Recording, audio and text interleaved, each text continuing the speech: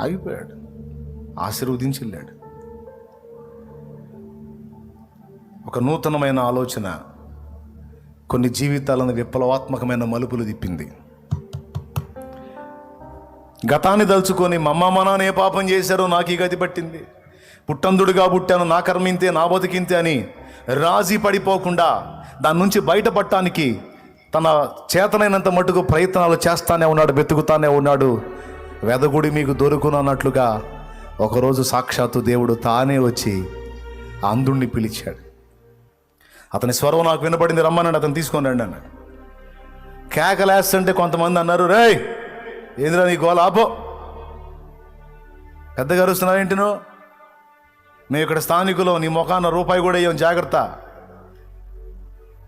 ఆపరా నాయన, నీ గోల వినలేచేస్తున్నావు. ఆ స్వరం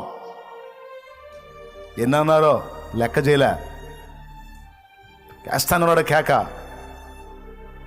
చివరికి అడ్డగించే స్వరాలు మౌనం అయిపోయినాయి. ఏ స్వరం వచ్చిందో తెలుసా? ఇదిగో నజరేయుడగు యేసు నీ కోసం ఆగాడు, నిన్ను తీసుకొని రమ్మంటున్నాడు అన్న స్వరం వినపడింది. ఎందుకు పిలిచావు? నేను నీకేం చేయకూరుతున్నావు?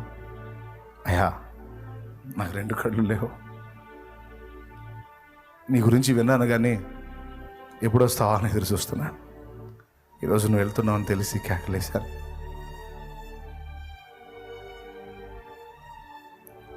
ఏం పొందకూడదు? చూపు పొందకూర్చున్నా, నీవు కోరినట్టే నీకు అగునుగాక అన్నాడు. అంతే, వచ్చేసింది చూపు. వాడి గొప్పతనం చూడండి, ముందే పడేశాడు, ముష్టి చెప్ప, చేతి కర్ర పడేశాడు. యేసు ఆగాడు నీ కోసం అన్న మాట వినపడగానే అమ్మయ్య, ఇక వీడితో నాకు పని లేదు, వాళ్ళ విశ్వాసం ఆగాల్సినోడు ఆగాడు, జరగాల్సిన కార్యం జరిగింది. ఇక అంతే, ఈ 2 పడేశాడు ఇక. చివరికి వాటితో అవసరం లేకుండా నిజంగానే అయిపోయింది. చూడండి, రాజీ పడిపోతే,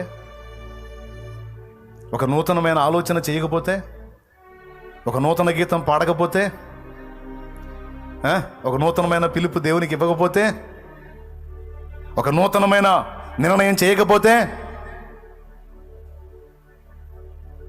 రే ఆపురా నీ సోదే, ఏంద్రా నీ గోల అంటే పట్టించుకున్నాడు వాళ్ళ మాటలు.